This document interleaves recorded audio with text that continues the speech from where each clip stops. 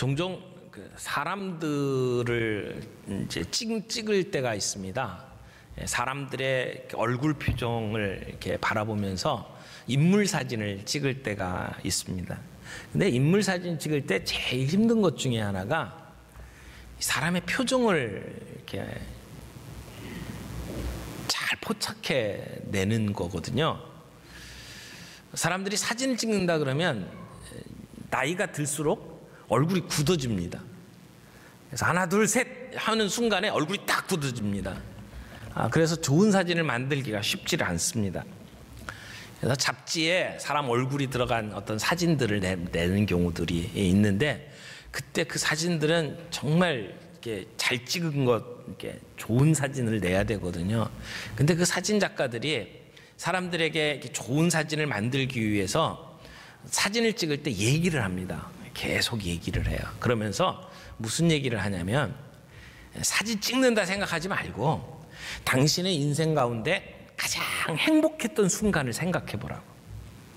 그래서 자기의 삶 속에 가장 행복했던 순간을 생각하면서 얼굴에 미소가 딱 지어지는 그 순간에 카메라 셔터를 누릅니다.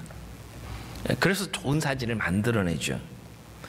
여러분, 살다 보면 어렵고 힘든 일도 많지만 기분 좋은 날, 날아갈 듯이 행복한 날, 죽을 때까지 잊지 못할 어떤 순간들이 있지요.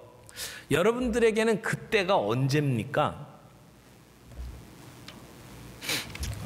누군가에게 인정받고 상을 받을 때? 어떤 분은 인터뷰를 하면서 그런 얘기를 썼더라고요. 자기 부모님이 지었던 모든 그 빚을 다 갚았던 그 순간, 자기는 가장 행복했다, 뭐 이런 얘기를 하는 사람도 있어요. 또 어떤 사람들은 자기가 늘 꿈꾸던 어떤 직장에 들어갔다든지 내가 생각했던 무언가를 성취했던 그 순간, 가장 행복했던 순간이다. 또 어떤 분은 정말 도움이 필요한 어떤 사람을 이렇게 도와주었을 때 내 인생에 가장 기뻤던 순간이다, 이렇게 이야기를 합니다. 여러분은 가장 행복했던 때가 언제입니까? 그리고 지금 그때를 생각하면 여러분들에게는 어떤 감정이 듭니까? 오늘 본문은 그런 감정을 가지고 본문을 좀 바라볼 수 있었으면 좋겠습니다. 오늘 마리아는 가장 행복했던 그 순간을 맞이합니다. 가장 그 마음속에 감격을 가지고 그 노래를 부르게 됩니다. 지난주에는 저희가 수태고지, 아이가 잉태할 것이라고 천사가 마리아에게 알려주는 메시지를 저희들이 함께 살펴봤습니다. 그때 마리아의 반응들을 우리가 정리를 했죠. 마리아는 자기의 이성을 가지고 논리적으로 진실을 알아내려고 노력을 했습니다. 또 마리아는 자기가 가지고 있는 의심을 숨김없이 표현을 했습니다. 내가 처녀인데 어떻게 그런 일이 일어날 수 있단 말입니까? 하지만 마리아의 그 의심은 정직한 의심이었습니다. 겸손한 질문이었습니다. 그리고 천사가 전해주는 메시지에 마리아는 항복했습니다. 그리고 이렇게 고백을 했죠. 주님의 몸종을 보옵소서. 나로 하여금 당신의 뜻에 따라 살게 하옵소서. 그렇게 자기가 스스로 결정을 내릴 수 있는 권한을 내려놓고 하나님의 뜻에 항복하는 이야기를 함께 살펴보았습니다. 오늘은 그 마지막 부분, 마리아의 반응, 마지막 부분을 저희들이 함께 좀 살펴볼 겁니다. 첫 번째는 마리아가 이제 엘리사벳을 찾아가죠. 엘리사벳을 찾아간 마리아의 모습을 저희들이 살펴볼 수 있습니다. 그래서 이 본문 바로 앞에 천사가 이 아이를 가질 것이라고 생각할 수 없었던 어머니들에게 찾아가서 두 아이가 탄생할 것을 알려주죠. 한 분은 나이가 너무 많아서 아이를 가질 수가 없다고 생각하고, 한 분은 아직 결혼하지 않았기 때문에 아이를 가질 수 없다고 생각했던 두 여인에게 찾아가서 아이가 있을 것이라고 알려주는 장면이 바로 앞에 있었고요. 그리고 그 천사의 메시지를 받으면서 마리아는 믿음으로 행동하기 시작을 합니다. 주의 뜻대로 이루어지기를 원한다고 말했을 뿐만 아니라 마리아는 자기의 친척인 엘리사벳을 찾아갑니다. 마리아와 엘리사벳은 친척지간이었습니다. 그런데 마리아는 자기에게 이루어진 이 일들이 다 이해가 되지는 못했을 겁니다. 그리고 자기의 마음속에 누군가에게 이 이야기를 함께 나누고 싶은 그러한 필요를 느꼈을 겁니다. 그래서 마리아는 나사렛을 떠나서 산중에 있는 유대 한 동네를 찾아갑니다. 이 사가랴와 엘리사벳이 살고 있던 곳은 예루살렘 서쪽으로 한 8km 떨어진 아인 카림이라고 하는 곳으로 알려져 있는 곳입니다. 저 북쪽에 나사렛으로부터 남쪽에 아인 카림까지 가는 길은 쉬운 길이 아닙니다. 지금이야 단순히 차 타고 가면 되는 거리입니다만은, 그러나 그 당시에 이 나사렛에서부터 시작해서 예루살렘 그 지역까지 가는 길이 한 113km 정도라고 이야기를 합니다. 그러니까 그 당시에는 꼬박 3일을 걸어서 가야 하는 그러한 고된 여행길이었습니다. 마리아가 가브리엘의 메시지를 들었을 때 그때가 바로 엘리사벳이 아이를 가진 지 6개월 된 때였습니다. 그때 마리아는 그 가브리엘의 메시지를 받고 그리고는 엘리사벳을 찾아갑니다. 마리아의 방문이 굉장히 급작스러운 것처럼 보입니다. 엘리사벳이 마리아의 문안을 들었을 때에 그때 엘리사벳은 성령의 충만함을 받았습니다. 성령님께서 이 마리아가 임신을 했다고 하는 사실도 가르쳐 줬고 성령님께서 이 아이가 누구인지도 가르쳐 주셨어요. 그래서 마리아는 성령의 힘으로, 이 엘리사벳은 성령의 힘으로 마리아에게 말을 합니다. 그것이 42절부터 나오는 말씀이죠. 다시 보겠습니다. 42절 엘리사벳이 하는 말입니다. 큰 소리로 불러 이르되 여자 중에 내가 복이 있으며 내 태중의 아이도 복이 있도다. 내 주의 어머니가 내게 나아오니 이 어찌된 일인가. 보라, 내 문안하는 소리가 내 귀에 들릴 때에 아이가 내 복중에서 기쁨으로 뛰놀았도다. 주께서 하신 말씀이 반드시 이루어지리라고 믿은 그 여자에게 복이 있도다. 여러분, 엘리사벳은 마리아가 임신했다는 소식을 들은 적이 없어요. 그런데 엘리사벳은 성령의 도우심으로 마리아가 지금 어떤 상태에 놓여져 있는지를 보았습니다. 그래서 성령님께서 들려주시는 그 말씀으로 마리아에게 이야기를 하는 겁니다.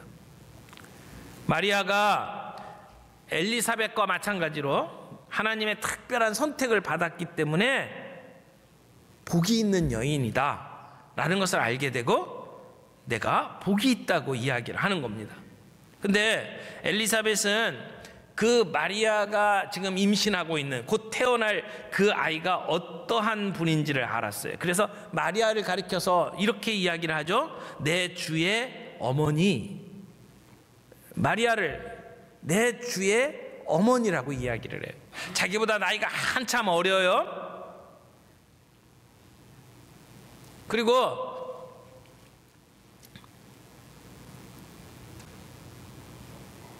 자기의 아이보다 6개월 뒤에 태어날 그 아이를 가리켜서 주라고 이야기를 하고 있습니다.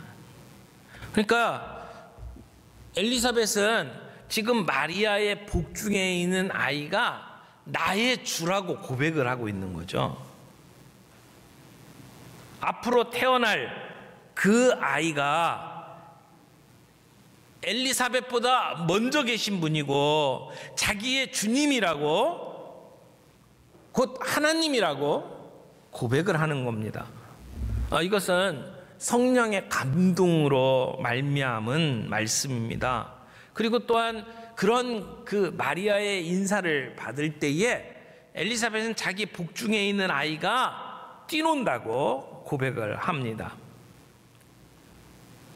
복중에 있는 세례 요한이 기쁨으로 뛰어놀았다라고 이야기를 하는 거죠. 세례 요한이 누굽니까? 예수님이 이 땅에 메시아로 오실 것을 준비하는 사람으로 부름받은 사람입니다. 그래서 예수님을 맞이할 준비를 하고 있던 세례 요한이 내가 모실 그분이 지금 여기에 왔다는 것을 확인하고 그 기쁨을 내 복중에서 뛰어놀고 있다라고 표현을 하는 것이죠.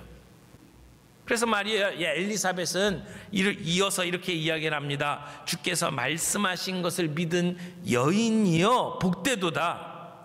주께서 말씀하신 것을 믿은 여인, 마리아를 그렇게 소개를 합니다. 천사를 통해서 자기를 통해서 이런 일이 이루어질 거라고 하는 약속을 믿음으로 받아들이고 그 주님의 뜻에 자신을 내어 맡기는 그 마리아를 복된 여인이라고 선언을 하는 것이죠. 하나님께서 세상을 구원하는 일에 쓰임받고 있는 이 여인을 복되다고 이야기를 하는 거예요. 마리아의 경우에 사실 지난 며칠간 정말 놀라운 일들을 경험을 했습니다. 그 사건이 실제로 무엇을 의미하는지 온전하게 이해하지는 못했지만 그러나 그 놀라운 일들을 소화시킬 시간이 필요했을 겁니다. 여러분, 처자가 아이를 임신한 것, 그것은 유례가 없는 일입니다. 큰 무리를 무리를 빚을 수 있는 그러한 사건이었습니다. 마리아가 속해 있는 공동체 안에서는 절대로 이게 사람들이 받아들일 수 없는 그러한 사건이기도 했습니다. 그래서 사람들에게 그 임신한 사실을 공개적으로 드러낼 수가 없었습니다. 만약 그녀에게 일어났던 일들을 실제적으로 사람들에게 발설을 했다면 사람들은 마리아를 정신 이상자로 몰았을지도 모릅니다. 그래서 이 모든 일들을 받아들이고 이해하고 믿기에는 마리아에게 분별력이 필요했고 인내가 필요했습니다. 마리아는 그 모든 일들을 받아들였습니다. 항복했습니다. 믿었습니다. 그러니까 마리아가 그걸 믿고 받아들였다라고 하는 것은 대단한 거죠. 그래서 제가 주님의 종입니다. 그 주님이 가지고 있는 뜻대로 나를 통해서 이루어 주옵소서, 그렇게 하나님 앞에 나를 내어놓을 수 있었던 것, 그것은 대단한 것이죠. 그것을 지금 엘리사벳은 복되다고 지금 축복하는 겁니다. 여러분, 지금 이 부분에서 우리가 적용할 것이 하나 있습니다. 뭐냐면 마리아가 엘리사벳이라고 하는 믿음의 친척을 찾아가서 함께 내가 경험한 것을 이야기하고 함께 예배하고 그렇게 하고 나서야 나한테 이루어진 일이 지금 무슨 일인지를 전체적으로 이해할 수가 있었던 것처럼 오늘 우리에게도 내 삶 속에 일어나는 일들을 함께 나누고 그 속에 하나님의 뜻이 무엇인지를 우리가 밝히 깨달을 수 있는 믿음의 형제 자매들이 중요합니다. 오늘 우리에게도 이런 믿음의 친구가 필요하고 믿음의 공동체가 필요하다는 겁니다. 두 번째는 우리가 마니피캇이라고 표현하는 마리아의 찬가를 우리가 대할 수가 있습니다. 이 마니피캇이라고 이야기하는 것은 라틴어입니다. 그래서 오늘 이제 마리아가 기쁨으로 노래하는 마리아 찬가, 또 마리아 송가 이렇게 이야기를 하는데 이것을 라틴어로 마니피캇이라고 표현을 해요. 초대 교회에서는 예배 시간에 이 마리아의 찬가를 찬송가로 사용을 했습니다. 그래서 우리 전 세계 기독교 사이에 가장 유명한 노래 중에 하나가 오늘 우리가 대하는 이 마니피캇입니다. 그러니까 복음 이전의 복음이라고 말할 수 있어요. 이게 베들레헴보다는 한 30주 전에 일어난 일이고 예수님의 갈보리 부활절보다 30년 전에 울려 퍼진 그러한 승리의 노래라고 말할 수 있습니다. 그래서 수도원에서는 이 시를 읊조리고 대성당에서는 이 노래를 아리아로 불렀고, 그리고 한적한 작은 교회에서는 촛불 옆에서 이 마리아의 노래를 낭송했습니다. 세바스찬 바하는 이 마리아의 성가에 트럼펫과 팀파니를 곁들여서 아름다운 곡을 만들기도 했습니다. 오늘 이 마니피캇을 우리가 어떻게 이해를 하면 좋을까요? 이런 감정을 가지고 마리아의 노래를 함께 좀 읽어봤으면 좋겠습니다. 예를 들어서 우리가 어떤 오디션 프로그램에 나가가지고 우승자가 됐다고 생각을 해보세요. 뭐 슈퍼스타 K라든지 프로듀서 101이라든지 마지막 순간에 우승자를 발표하는 그 순간을 한번 떠올려 보십시오. 우승자의 이름이 발표되고, 그리고 폭죽이 터지고 막 사람들이 박수를 치고, 그럴 때 그 우승자가 느끼는 어떤 감정, 그걸 한번 상상해 보면서 이 본문을 볼 수 있기를 바라요. 정말 기뻐서 어쩔 줄 모르는 상황, 이게 꿈인지 이게 현실인지가 구분이 안 될 정도로 감격스러운 그 순간, 때로는 사람들은 거기서 눈물을 흘리기도 합니다. 정말 기쁜 일이 있을 때는 평소에 하지 않았던 일들을 합니다. 어떤 사람들은 덩실덩실 춤을 추기도 하고요, 어떤 사람들은 소리를 지르면서 펄쩍펄쩍 뛰기도 하고요. 그런 어떤 감정을 가지고 오늘 이 마리아의 노래를 저희들이 한번 좀 살펴보면 좋겠습니다. 46절 보겠습니다. 46절 같이 읽겠습니다. 46절에서 48절까지. 마리아가 이르되 내 영혼이 주를 찬양하며 내 마음이 하나님 내 구주를 기뻐하였음은 그의 여종의 비천함을 돌보셨음이라. 보라, 이제 후로는 만세에 나를 복이 있다 일컬으리로다. 아멘. 사실 이 마니피캇은 두 부분으로 나누어져 있습니다. 그래서 앞부분은 마리아의 개인적인 찬양입니다. 그런데 나중에 뒤에 51절부터 이어지는 부분은 이제 그 찬양이 이스라엘 전체로 확대됩니다. 특별히 이 앞부분에 보게 되면 내 영혼이 주를 찬양하며 내 마음이 하나님 내 구주를 기뻐하였음은 이라고 노래하고 있어요. 근데 이 노래는 그냥 단순히 마리아가 이렇게 지어냈다기보다는 구약에 있던 노래를 이렇게 인용을 한 것처럼 보여요. 그러니까 사무엘의 어머니 한나가 하나님을 향해서 찬양했던 내용과 아주 비슷하게 이 시가 이루어져 있습니다. 마리아의 찬미는 내가 하나님 앞에서 내세울 수 없는 그러한 신분이고 그러한 상황이었음에도 불구하고 하나님께서 나를 불러주시고 나에게 복 주셔서 내가 주님을 찬양합니다 라고 하는 그러한 내용으로 시작을 하고 있습니다. 그러면서 뒷부분에 가면 이제 하나님은 어떠신 분인지, 하나님이 어떤 일을 하셨는지를 이제 찬양을 하죠. 특별히 내 영혼이 주를 찬양하며 내 마음이 하나님 내 구주를 기뻐하였음은, 여기 내 영혼 그 다음에 내 마음 이렇게 표현하죠. 내 영혼이 주를 찬양했고 내 마음이 내 구주를 기뻐했어요. 그래서 영혼은 뭐고 마음은 뭔가 이렇게 질문이 나올 수도 있죠. 그런데 성경에 나오는 이 유대인들의 표현 중에 같은 내용을 다른 표현으로 반복하는 그러한 경향이 굉장히 많죠. 그래서 뭔가를 강조하고 싶을 때는 똑같은 얘기를 다른 표현으로 반복합니다. 그런 것으로 볼 때에 영혼과 마음이 다른 게 아니에요. 그러니까 마리아가 여기서 강조하고 싶은 것은 뭡니까? 자기의 존재 깊숙한 곳에서부터 내게 이런 기쁨이 있습니다 라고 하는 이야기를 하는 거죠. 하나님이 얼마나 큰 권능을 갖고 계시는지를 보여줄 때 하나님의 팔을 표현하죠. 그래서 그 하나님의 팔이 어떤 일을 벌려요? 교만한 자를 흩으셔요. 권세 있는 자는 낮추셔요. 부자는 빈손으로 돌려보내셔요. 하나님의 심판을 얘기하죠. 하나님이 악한 자들을 이렇게 심판하실 뿐만 아니라 하나님의 백성은 구원하셔요.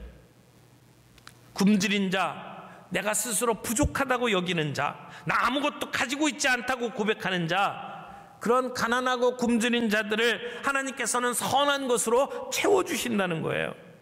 여러분, 하나님은 이 세상의 가치들을 뒤집어 엎는 하나님이에요. 영어 표현 가운데 업사이드 다운이라는 표현이 있죠. 업사이드 다운, 바로 세운 게 거꾸로 내려가요. 하나님은 세상의 가치와 기대들을 완전히 뒤집는 하나님이셔요. 그래서 교만한 자들, 권세자들, 부자들은 하나님께서 배척하셔요. 그러나 비천한 자들을 높이시고 굶주린 자들을 배부르게 하시고, 그리고 하나님의 백성들을 건져내셔요. 그래서 마리아는 하나님의 그 큰 일들을 바라보며 하나님께 찬양하는 겁니다. 그리고 이어서 마리아는 이스라엘을 돌보셨기 때문에 찬양한다고 이야기를 합니다. 마리아는 이스라엘을 그 종이라고 표현을 해요. 그래서 그 종, 54절 보겠습니다. 그 종 이스라엘을 도우사 긍휼히 여기시고 기억하시되 우리 조상에게 말씀하신 것과 같이 아브라함과 그 자손에게 영원히 하시리로다. 하나님께서 하시는 이 일은 어쩌다가 생긴 일이 아니라는 거예요. 아브라함을 통해서 약속하셨던 일들을 하나님께서 지키시는 것이라고 표현을 하는 거예요. 여러분, 마리아의 노래를 보면서 한번 우리에게 적용을 해보세요. 이제 우리가 한 해를 마감하는 자리에 있습니다. 여러분은 여러분의 삶 속에 어떤 두려움이 있습니까? 어떤 염려가 있습니까? 우리의 두려움, 우리의 염려보다 더 크신 하나님을 여러분은 바라보십니까? 큰 일을 행하시는 하나님이 우리가 믿고 섬기는 하나님인 것을 다시 한번 기억하는 이 시간이 되었으면 좋겠어요. 그래서 그 크신 하나님께 우리의 모든 것을 맡기고 주님을 의지하고 담대하게 나아갈 수 있는 연말이 되었으면 좋겠습니다.